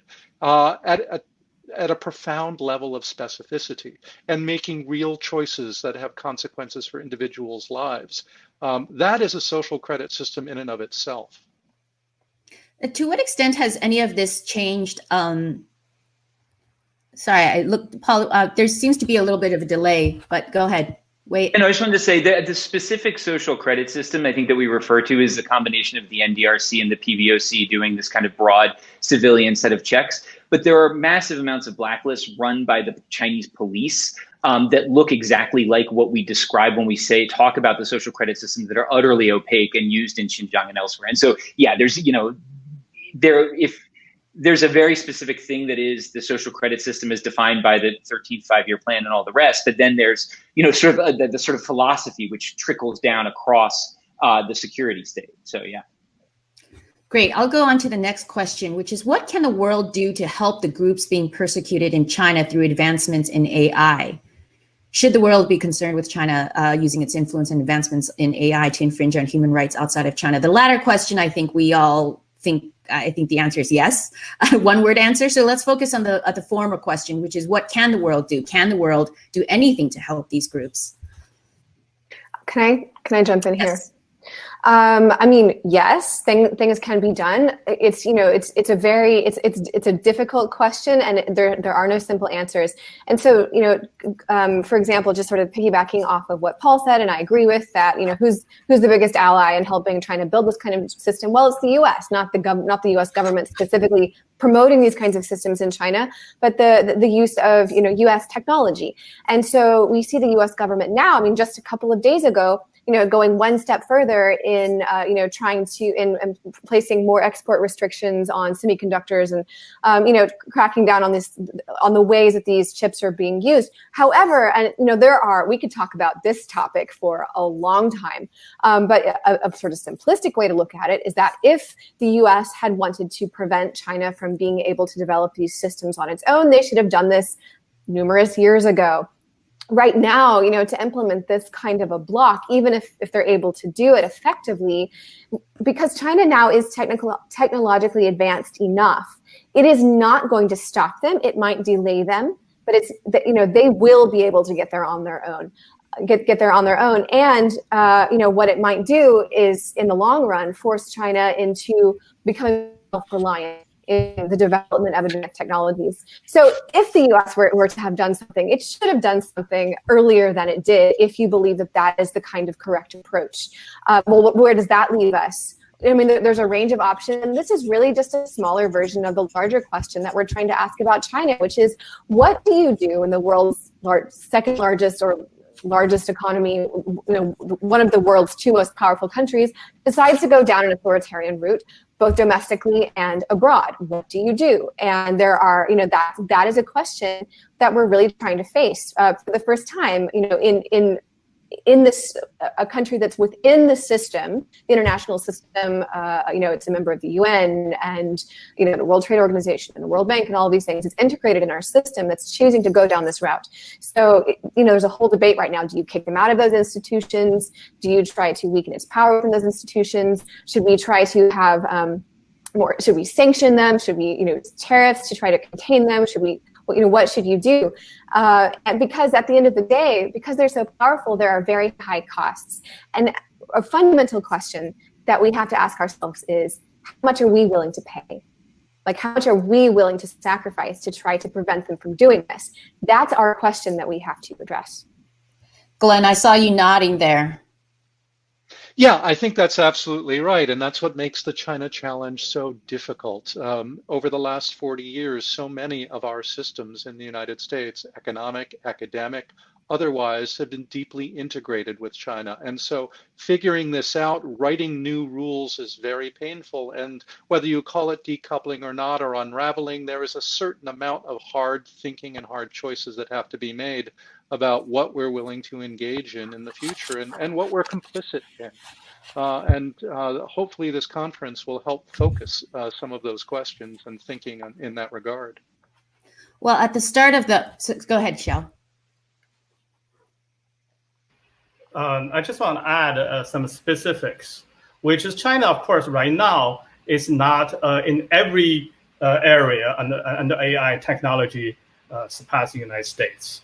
But in certain areas, facial recognition is one, voice recognition, those sort of security related technology using AI, exactly the type of thing we're talking about.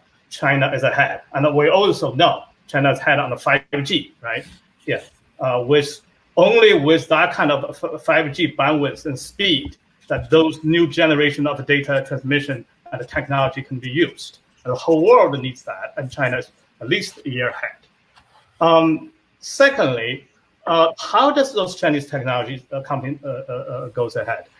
We had some in the past, some kind of sort of arrogance but ignorance. Think, oh, the authoritarian regime, they cannot innovate. People are just listening to their leaders. But not entirely true in the technology field, in the social economical life, in the area they're being allowed and encouraged to be competitive. In the Chinese tech industry, is highly innovative and competitive, but it's also highly guided by the state. There's hundreds or thousands of different startups on certain things that state wants them to do, such as AI technology on surveillance. But once certain companies of technology take ahead, state invest everything to it, and then push that company to the top, and then promoting that strategically through their state power around the world. Look at Huawei, look at Alibaba, look at Tencent, and look at TikTok. And these are the authoritarian regime, particularly are doing the pattern, which actually, in fact, Europe, United States doesn't have that kind of mechanism. Well, we've been so, I think this last question was sort of what can the world do to help persecuted groups? Just following on that theme of sort of questions that are seeking solutions. One of the questions upvoted is how can we use AI to reverse the trend of authoritarianism? And of course, at the start of this discussion, Secretary Rice was talking about the fact that technology is neutral. We've spent more than an hour talking about all the scary things that China can potentially do, but can AI help in this ideological battle? I don't know if anyone wants to step in. I wonder, Paul is smiling. Glenn is also sort of, Paul, go ahead. The answer. I mean, like, there's, I don't know what you would do. I mean, my one thought is that if you're in the United States or a place like that, you set norms and you build technologies and you work on rules that create a world that you want to see. And that's the best way to push back against these things. And so there were, like, after we did our sort of automated ethnic profiling story, there were interesting changes where, for instance, IBM came in and they were doing, you know, they did have a system that was sort of identifying people's races as it was doing a bunch of other things. So it wasn't specifically targeting any given minority, but all you had to do is search for a specific race, and you would be then sort of automating sort of ethnic profiling, right? It's just one more step. And so seeing how abusive China was with the technology set a precedent and set off an alarm bell that allowed other parts of the world to realize, oh my goodness, that really is something that we want to stay away from and to change course. And so I think that's probably the best way to do it is to look at what's happening in China, learn from it, and know that if this is how this technology is being used by China, one day it could be used where you live. And so to make rules and make sure it doesn't get used that way where you are, you know. Glenn, I see you raise your hand. I just want to just add, though, very quickly after Paul's comments that that reminds me of what Secretary Rice said at the beginning, which is, I don't want us to out China, right? But yes, Glenn. Yeah, I think the tendency when we confront these kinds of questions with respect to AI is to reach for technological solutions. And actually, I think that that's a really limited view. It's too limited. The best solutions lie in really traditional categories like human rights, democracy, governance, civil society. It's building up those things which will help individual countries and people in countries around the world, including China, push back on the more negative aspects of AI and ensure that the better aspects prevail. And so really it's getting back to basics and not treating this as a problem of technology or unique to technology. It really comes down to broader issues of human rights. Xiao. And then I see Bethany also wants to contribute. Yeah, I actually want to differ with my co-panelists a little bit. And actually, I want to differ with Secretary Rice a little bit to say that technology is not neutral. Some technologies are more in favor of democracy and freedom, and some technologies are more in favor of authoritarianism.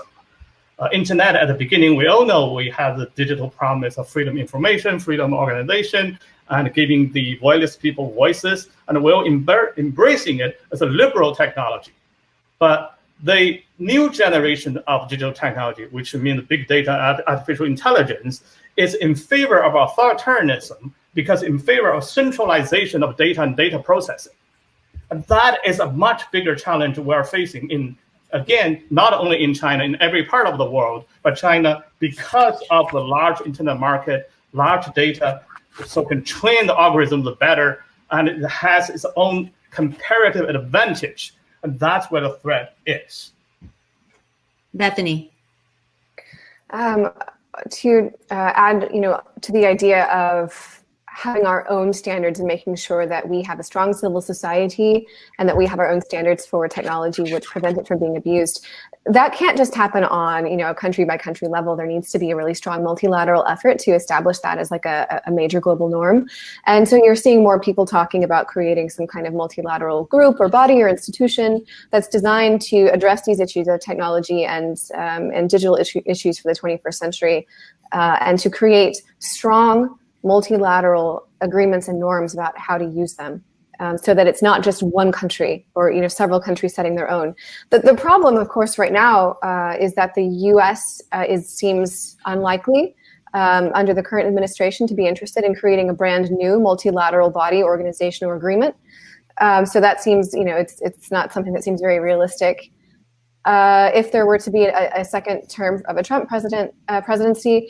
So, perhaps that's something that is going to have to be left up to EU, South Korea, Japan, and other countries that are both, highly technologically developed and also interested in pursuing democratic ideals. We have a question from Ambassador Michael McFall, a very good one. Would any Chinese communist leader have used AI for autocracy the same way Xi has done so? Or is there something unique about Xi, his views, and his policies? Okay, can I say that I don't think that it's Xi in particular. I mean, if you look, what Paul mentioned about and what everyone here has already talked about, the Great Firewall. I mean, that was already under construction before Xi Jinping came to power. 2009, 2008, these were really important years, and that was under Hu Jintao.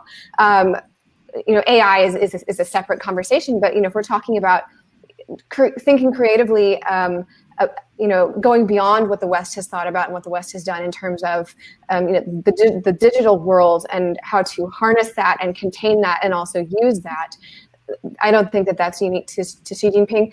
I think that what Xi has brought is he's a big thinker, and he has been willing to, he's probably brilliant and has been able to look at the geopolitics of the world and see that China was not taking advantage of many of its latent strengths. And he has been able to create a vision and to draw that together and to say, we can do this, and create that political will to do things like create the Great Firewall, which in the year 2000, we were all giggling about, ha ha ha ha ha, nailing Jello to the wall, but he was like, no, we can actually make this for real and make it happen. And he's been successful at that. And I think that is what has made him strong. But it could have been another leader to do that. Glenn, you were quite eager to jump in. Yeah, I think the impulse to control information is an old one, and it has been there throughout the history of the party. This is not new, but I think she is a game changer in the sense that he adds a fundamental new urgency to the problem. And as Bethany suggested, he came to it with a strategic framework in mind, and he's pushing that out across a range of issues. And this ultimately gets back to something that's very much in Ambassador McFaul's backyard. It's his analysis of what went wrong in the Soviet Union and how the Chinese Communist Party might very much have been in late stage socialism and communism, and something drastic needed to be done to reverse that trajectory. And so to an extent, it really is down to Xi, but he is energizing a very old impulse. Paul or Xiao, no thoughts on that? Additional thoughts? Well, let me just say I basically agree with my previous panelists that any authoritarian leader will take this opportunity of a new wave of technology in favor of them to gain the control. It's not just a Xi. I differ a little bit to say that Xi personally is a brilliant, big thinker. I wouldn't use that word to describe him, but I would describe him as a very deterministic, has a sense of a mission to keep the Chinese Communist Party in power and to do everything out of his power that to keep the Chinese Communist Party lasting its monopoly of political power in China. It's not only just, as he said, for China's prosperity and strength and wealth. It's also out of his own fear. He is not a dominant power figure like Mao Zedong or even Deng Xiaoping. He lives in fear, and he cannot move out of his office. He cannot step out of his office without fearing that his political enemy, and all he's doing is the policy reversing the political progress history of Chinese modern history that can lead him any good ending. Therefore, he's doubly deterministic, committed to hold on power, use everything he can. That technology is helping him right now. Down to the rest of the bureaucracy, and that's one of the things we've seen with a lot of the blunders and issues, I think, is that everybody's terrified, and you get this kind of bureaucratic overrun where because she says something, you can't possibly, not do everything she says to the absolute maximal.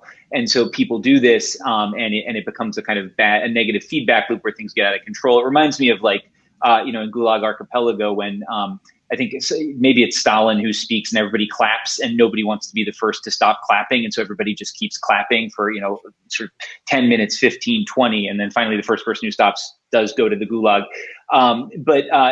So in that sense, I always think that with the technology that's available, we're very lucky that the Chinese sort of government and especially the security state does not look like the Stasi in East Germany and looks a lot more like the Soviet Union in some ways, with the way that the fear and the bureaucracy sort of misfires and malfunctions and kind of, is crude and that, as Xiao said, it's still very effective, and it does, in some ways it doesn't matter. It still imposes fear over everybody, but it is the people who are maybe the most potentially dangerous to Xi are not necessarily the people who are going down in this new surveillance state. It's kind of arbitrary who's going down.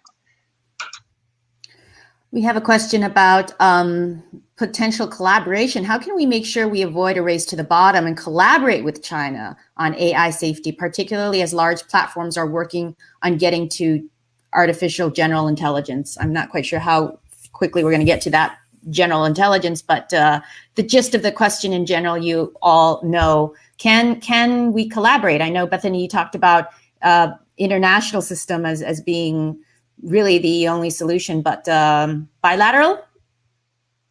Anybody? a point of learning. I mean, you should collaborate, but you should, if you're collaborating, make sure that certain key ethical steps are being taken. We looked at studies with bioinformatics and things where very basic things like informed consent weren't done. And so if you are collaborating, just make sure that it's all in the sort of, it's above board, and that there's a back and forth. There's always cultural back and forth when you have multinational teams working on things like artificial intelligence. And the best thing to do is to learn from, say Chinese researchers, and have Chinese researchers learn from you, and in that way kind of improve this sort of outlook and understanding. Although I will say, despite that, I think probably there are plenty of people who would, join, say, a company that does do facial recognition in Xinjiang or something like that. So beyond that, I don't know. But I think at least you can try to teach as you work together. Cutting each other off is rarely the answer, Xiao. Of course, there are many things the U.S. needs to collaborate with China. Global warming is for one, and many others. But in terms of general AI, that's a bigger topic. Well, what about a machine thinking faster than, not only faster than us, but more intelligent than us, etc. But let's go back a little bit, think about history. History is not going to repeat. It's not just a metaphor, but let's think about history. When the nuclear power being discovered, right? I studied physics for 10 years, and my hero was those set of physicists of the early 20th century. They are, invented the quantum mechanics, and then went to build, some of them, part of the building the atomic bombs. For what? The Second World War. Some of them are in Nazi side trying to building it. Some of them are in a ally side in the United States trying to building it. And afterwards, are they collaborating? They were not. But after the war, there are also physicists, led by Einstein, calling for peaceful usage of the nuclear power. But AI is that kind of a power. General AI does have this kind of power to influence the world and geopolitics and all our people's life, including the fate of humankind. So talking about collaboration, we need a common value and a standard. But also during the Cold War, US and Soviet Union on nuclear disarmament, they're talking. There were the treaties, there were mechanisms. There were both sides had people to trying to preventing this most disastrous result of humankind. So think about those things in history, what technology could do. Now we can think about what we do with China.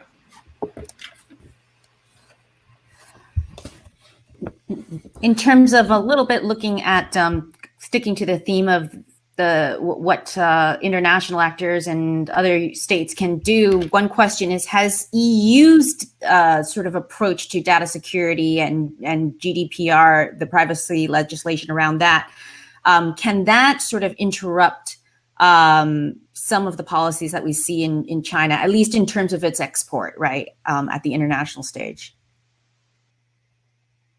Anyone have any thoughts on that? Yeah, the great challenge with respect to China is that China can be very good about announcing the right-sounding policies and the right-sounding framework documents that appeal to all of the better instincts in the room and make it seem like, oh, maybe things are changing and collaboration won't be as problematic as we might imagine it could be. But then ultimately you fall back to the root question of how specific and enforceable are these statements, and then you fall back on the Chinese court system, on the fact that there's no separation of powers, on the fact that under national security legislation, the Chinese party state can swoop in and grab whatever it likes and essentially do whatever it likes. And so the question really is, what do these documents mean? We have to look at them very carefully. We can't simply mirror image that because a Chinese official comes to us with a document and it's called a law and it says the right sounding sorts of things, that it will be treated in a Chinese context in the same way that it would be treated in Brussels or Berlin. We need to understand that China is a little bit different in this regard. Cool. I'll go on to the next question unless anyone has something else. This is a little bit different. Let me pull it up. I lost it a little. There's so many questions here. How will, yes, here's the one. How, it's blockchain related. How will China's planned central bank's digital currency impact digital authoritarianism or China's geopolitical position? Anyone know anything much? Glenn, yes, you're here. You're in Silicon Valley. Yeah, this is actually something we're going to start working on in our China's Global Sharp Power project. So the short answer is stay tuned. But a slightly longer answer might be it's too early to tell, to quote Zhou Enlai. But on the other hand, there is the possibility, just as China is exporting some of its AI stack to authoritarian regimes around the world, that its digital currencies and electronic payment stack will be similarly exported to nations around the world to give them, and China, to tie them more closely to China, and for geostrategic purposes to give China a way to circumvent the SWIFT system and the US financial system, which essentially, like our technology export control system, has them in a vice grip. So this is an end run potentially around that. And that is part of the strategic play that's happening here. Now, also in a domestic sense, it gives the Chinese government a fabulous tool of surveillance. They instantaneously know all of your purchases, where you've been, what your habits are, and that all could get fed into that mountain of data, which they don't quite know what to do with yet, but maybe one day they'll figure it out. Great. That it is interesting the degree to which, there's a huge amount of payments in China are already digital in terms of on WeChat and on Alipay. And in both cases, it's very rare for the police to actually access that data.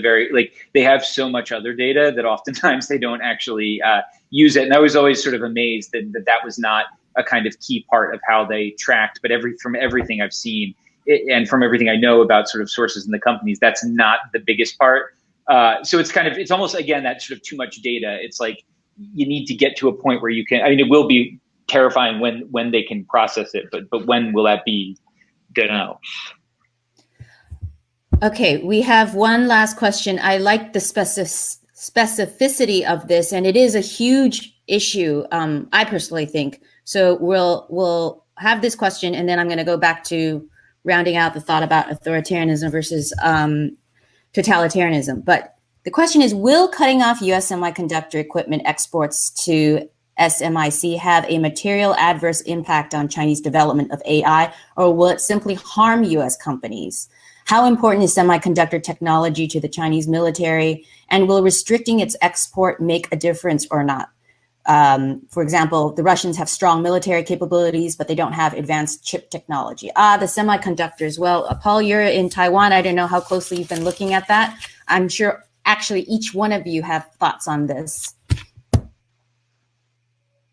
Journey into tech started in semiconductors. So it's fascinating, but a little bit can be tedious sometimes. I guess the thing is, if you really actually succeeded in cutting off these semiconductors, and it's in particular semiconductor manufacturing that matters so much within China, because there's plenty of very sophisticated companies that design the chips. It's actually making those chips that's the difficult part.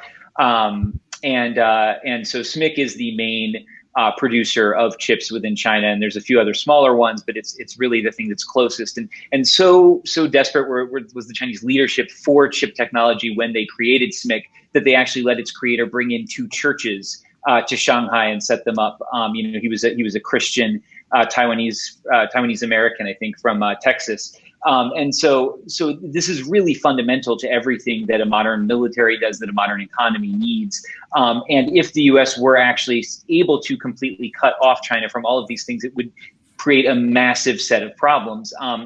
The question is, can you?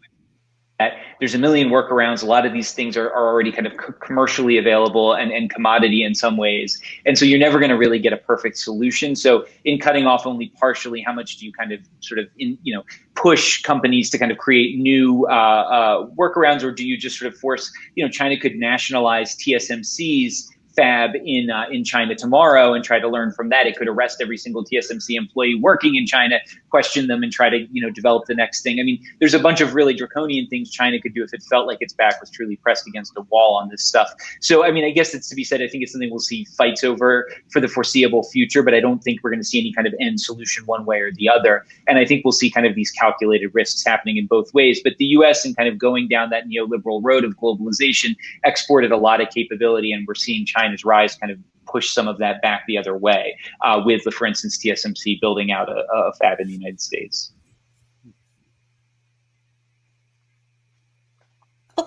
Glenn. A big part of that is human capital too. I mean, shutting off the technology valve from the United States is part of it, but China's been very aggressive about recruiting engineers from TSMC, the mid-level people who run chip fabs, the people who can ensure that processes are done with the requisite level of quality so that you get good product out the other end. And really, that's where China has been struggling. And so China is pulling out all the stops to recruit these people from Taiwan. And so an important part of the equation is making sure then that our partners in this technology supply chain are also on board with whatever initiatives we undertake. Yeah, I mean, Taiwan, it's actually quite a nice place to end in terms of our conversation, because I know that Stanford is going to have a series of panels on Taiwan coming up next. It'll be on their website. So I think we'll just end with that, going back to that question. After the past 2 hours, I don't know, if I was listening, I'd be feeling like this is edging towards more totalitarianism and not authoritarianism. But what's everyone's thinking on that? Your final thought, Bethany? Well, I think it's pretty clear that in Xinjiang, we do have something that's, totalitarian. That doesn't mean that it's like super skillful totalitarian. With IJOP, like they're doing things. Are they actually predicting who is going to go out into the streets and protest the Chinese government? No, but they have, everyone is absolutely terrified out of their minds and is afraid to pray. The people are afraid to go into a closet and pray, for various reasons. And, a lot of that is a different kind of surveillance. It's that the Chinese government employees are living in their home, talking to their children, threatening to take away their children and put them in a camp. And some of that has to do with all this massive surveillance. Yes, what we have in Xinjiang is absolutely totalitarian. I tend to disagree with people when they say that the rest of China is totalitarian. It's like mostly not. And I also, would disagree with people who say that, Xinjiang is a lab and they're, developing new technologies there to export to the rest of China. That's not how it works, really. But we certainly have, something that is, who was it who said this? I can't remember, but, one of the reasons probably that, the CCP authoritarian or totalitarian model in the Mao era did not succeed is because they didn't have the technology to really bring it forward and to really make it successful. And in a lot of ways they now do. And I'm not even talking about AI necessarily, but other more basic kinds of technology. So that's what you have in Xinjiang. And I don't think it's going to get smaller. I think it's going to get bigger. I think it is going to expand. Yeah, that was Secretary Rice who was saying in the beginning that some of the technology out there would have been the dream of 20th century governments, such as the East German Stasi. Xiao, what are your final thoughts on which system, what should we call it? Well, I think China is well on its way to a new kind of totalitarianism. It is still totalitarianism because the state has the capacity and actually means to control every aspect of the people's life. But it's a new kind. It's not the Mao's China. It's not a fascist Italy or Nazi Germany or Soviet Union.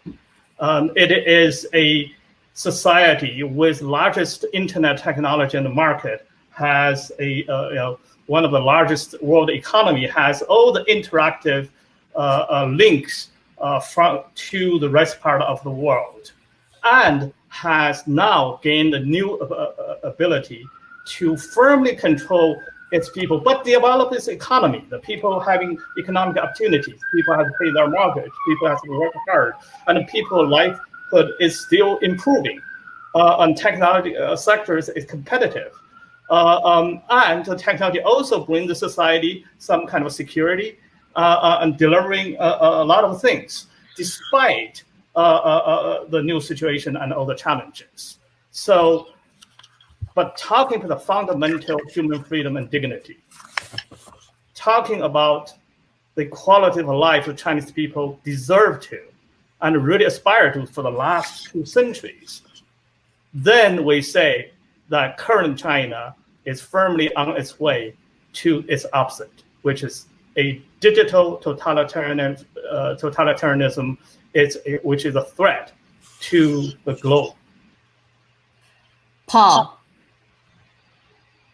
Kind of echo what Bethany said a bit. The totalitarian instincts, in the sense there is a destination to this. At the end, if you get enough technology, if you're sophisticated enough, you can know everything everybody's doing and control them perfectly. We're not even close to that yet. But technology doesn't actually have to do what it says it's doing to be effective a lot of times. And so to kind of come back to this idea of the panopticon effect, if you can scare the living daylights out of people and convince enough people that you know exactly what's going to happen, then you can intimidate them into sort of doing whatever you want and controlling them completely and controlling every aspect of their lives completely. And there is already a totalitarian solution within a heavily authoritarian state, which is China, which they can deploy when they want, wherever they want. And we've seen it happen in Xinjiang. We see it come out of the bag in Inner Mongolia recently when there were protests there. We've seen it in Tibet. We see it in other areas where people get upset. I think we're going to start seeing a version of it in Hong Kong over time as well. And they know how to do it. They know how to set up checkpoints. They know how to put up the cameras. They know how to arrest enough people. They know how to monitor your internet, send people to knock at your door if you say the wrong things on social media, such that enough people are scared that people won't do anything that could potentially threaten or, sort of shake the boat politically. Now, that is not the reality that is lived by people in Shanghai. People in Shanghai feel a certain set of privilege and a certain amount of ownership over the country and, don't feel like they're in that place. But if the people in Shanghai got really upset about something, they would find themselves in that place. So I guess I see basically China's an aspiring totalitarian state with a sort of, geographically limited option to deploy totalitarian technology where it needs. And backing that is, of course, a massive amount of policing and bureaucracy that would have to go in. I mean, the way that Xinjiang works is you have police on every street corner running facial recognition scanners. If you don't have those people, the technology is useless. So you need the people and you need the other side. But with those people, you do have that option. So we can already see one very crude version of techno-totalitarianism. And what we'll see as we go on is a much more scalable, sophisticated version of that. So that's my feeling about it. Glenn. I'll keep it short in view of time.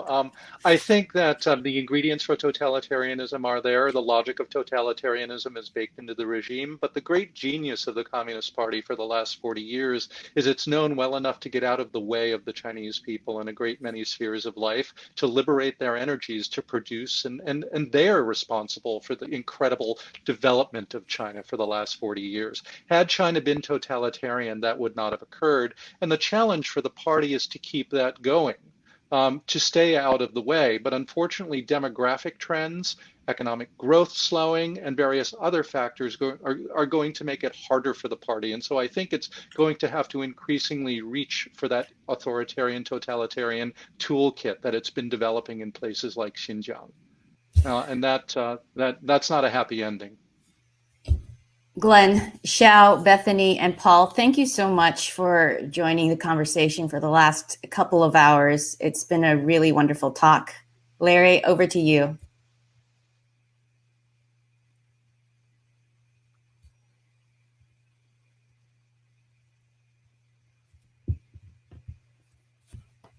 Great.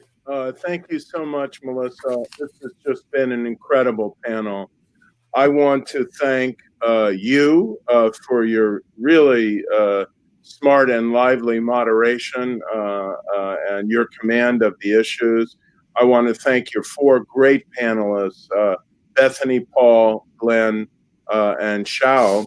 And I just want to conclude by reminding our audience that we will resume with the second day of programming on this Thursday, again at 9 a.m., when we will have Casey Newton of The Verge, Silicon Valley editor of The Verge, moderating a panel with Mary Wei of the Hong Kong-based technology and business.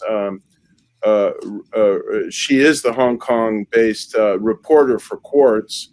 Megha Rajagopalan, who's international correspondent for BuzzFeed News, and our own beloved Alex Stamos of the Internet Observatory here at Stanford. That'll be from 9 to 10, and then 10 to 11, we will have former Google executive chairman and co-founder of Schmidt Futures, Eric Schmidt, in conversation with Eileen Donahoe.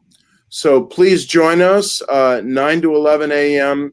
Pacific, noon to 2 p.m. Eastern Time on Thursday morning, October 1st. Thank you all so much.